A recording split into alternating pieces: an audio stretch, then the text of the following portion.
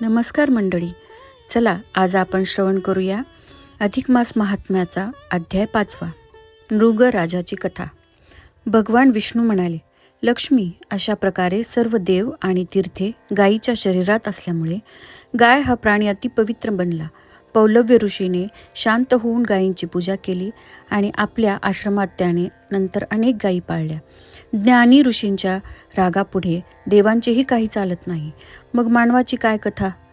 गोदान करण्यात घडलेल्या अपराधामुळे आणि ब्राह्मणाच्या रागामुळे पूर्वी नृग नावाचा राजा शिक्षा भोगत होता. ती कथा अशी: पूर्वी नृग नावाच्या राजाने अधिक मासात एक गाय ब्राह्मणाला दान दिली. ती गाय त्या ब्राह्मणाच्या घरातून रात्री निसटून परत नृगराजाच्या गोशाळेत आली.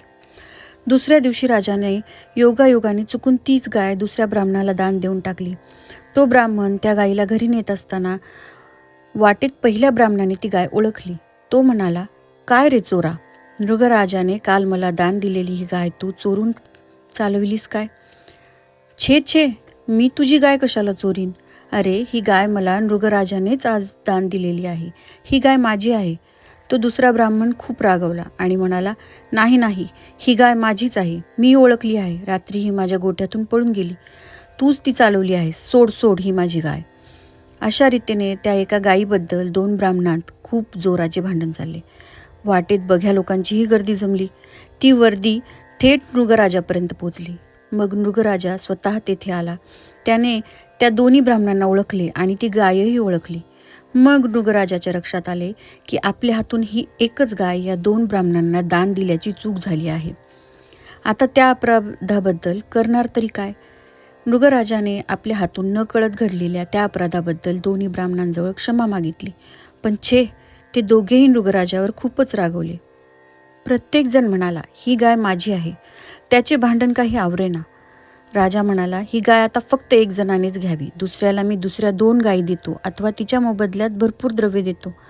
पण काही केल्या ते दोघेही ऐकना. ते हट्टाला पेटले. शेवटी पहिल्या ब्राह्मणाने आडदांडपणे दुसऱ्या ब्राह्मणाला भर रस्त्यात सर्व समक्ष चांगला चोप दिला आणि तो ती गाय घेऊनही गेला. दुसऱ्या ब्राह्मणाने विव्हळत राजाला शाप दिला. पुढे कालांतराने नृगराजा मरण पावला. यमराजाने त्याला सरड्याचे रूप देऊन अरण्यातील एका कोरड्या विहिरीत ढकलून दिले. तेथे तो नृगसरडा दुःख भोगीत राहिला. श्रीकृष्णाची सांब, प्रद्युम्न वगैरे मुले एके दिवशी खेळत खेळत त्या विहिरीजवळ आली. त्यांनी विहिरीतील तो भला मोठा सरडा तडफडत असलेला पाहिला. त्यांना त्याची दया आली. त्यांनी सरड्याला वर काढण्याचे प्रयत्न केले, पण त्यांना ते जमेना. मग स्वतः श्रीकृष्ण तेथे आले. श्रीकृष्णाने त्या सरड्याला वर काढले. तोच काय नवल, त्या सरड्याचे रूपांतर एका दिव्य पुरुषात झाले. तो दिव्य पुरुष म्हणाला, श्रीकृष्णा, तुम्ही आज माझा हा उद्धार केलात. मी नृगराजा पूर्वजन्मात गोदानात चुकून ब्राह्मणांचा राग मी ओढवून घेतला. त्यामुळे सरडा होऊन इथे पडलो होतो. आता मी सुखाने स्वर्गात जातो. विष्णू म्हणाले, लक्ष्मी, असे आहे महात्म्य त्या गोदानाचे. ब्राह्मण, ऋषी, देव यांच्या रागाचा परिणाम म्हणून पौलव्याची आणि नृगराजाची कथा तो ऐकली. आता पुढे 6व्या अध्यायात दीपपूजा आणि दीपदान यांची माहिती तसेच आणखी एक कथाही तुला सांगतो, ती ऐक. अशा प्रकारे श्री अधिक मास महात्म्य का कथासार यातील अध्याय 5 हा इथेच समाप्त होतो.